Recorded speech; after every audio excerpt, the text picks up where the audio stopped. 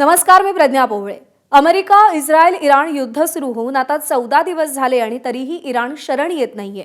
आठवड्याभरात इराणला नामोहरम करण्याचे अमेरिकेचे इमले पत्त्याच्या बंगल्याप्रमाणे का कोसळले त्यामागची कारणं पाहूया। इराणच्या यशाचं सर्वात मोठं रहस्य त्यांच्या मोझॅक डिफेन्स अर्थात विकेंद्रित रणनीतीमध्ये दडलंय। अमेरिका सहसा हेडलेस रणनीती वापरते, म्हणजे मुख्य नेतृत्वाला संपवलं की सैन्य कोसळतं। पण इराणनं आपलं सैन्य 31 प्रांतीय युनिट्समध्ये विभागलंय। जरी तेहरानमध्ये सर्वोच्च नेते अयातुल्ला अली खामेनी मारले गेले तरी प्रत्येक प्रांताचे कमांडर स्वतंत्रपणे निर्णय घेण्यास आणि युद्ध सुरू ठेवण्यास सक्षम आहेत। हे युद्ध केवळ क्षेपणास्त्रांचं नाही तर बजेटचं सुद्धा आहे।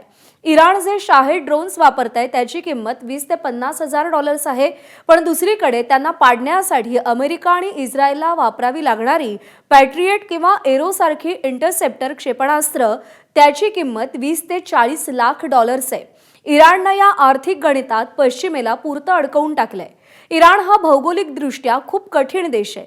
त्यांनी शेकडो फूट खोल डोंगरांच्या खाली क्षेपणास्त्र आणि युरेनियम साठवण्याची शहरं वसवली आहेत। आधुनिक बंकर बस्टर बॉम्बला सुद्धा हे तळ उद्ध्वस्त करणं कठीण जातंय आणि यामुळे हवाई हल्ले करूनही इराणची लष्करी ताकद पूर्णतः संपवता येतच नाहीये। इराण एकटा लढत नाहीये। लेबनॉनमधील हिजबुल्ला, येमेनचे हुथी आणि इराक सिरियातील मिलिशिया गट यांच्या मार्फत इराणनं इस्रायल आणि अमेरिकन तळांना चहूबाजूंनी घेरलंय। जेव्हा इराणवर हल्ला होतो तेव्हा लाल समुद्रात जहाजांवर हल्ले होतात किंवा इस्रायलवरती हजारो रॉकेट्स डागली जातात आणि यामुळे मुख्य आघाडीवरून लक्ष विचलित होतं। इराणकडे जागतिक अर्थव्यवस्थेचा गळा आवळण्याची ताकद आहे, कारण जगातील 20% तेल पुरवठा होर्मुझच्या सामुद्रधुनीतून होतो। इराणनं केवळ हे धोक्यात आणलं तरी कच्च्या तेलाचे भाव गगनाला भिडतात। मार्च 2024 पर्यंत तेल $110 प्रति बॅरेलच्या पार गेलंय। वाढती महागाई पाहून पाश्चात्य देशांमधल्या जनतेचा युद्धाला असलेला पाठिंबा कमी होऊ लागलाय आणि इराण याच संधीची वाट पाहतोय। इराणनं गेल्या दशकात आपली सायबर ताकद प्रचंड वाढवली आहे। जेव्हा इस्रायल इराणच्या तळांवर हवाई हल्ले करतो तेव्हा इराण सायबर आर्मी मार्फत इस्रायलचा पाणी पुरवठा यंत्रणेवर, वीज केंद्रांवर किंवा अमेरिकन लष्करी दळणवळणावरती सायबर हल्ले करतो। युद्ध केवळ सीमेवर नाही तर लोकांच्या घरापर्यंत यामुळे पोहोचलंय। या डिजिटल डिस्रप्शनमुळे अमेरिका आणि इस्रायलला पूर्ण क्षमतेनं हल्ले करणं काहीसं कठीण जातंय।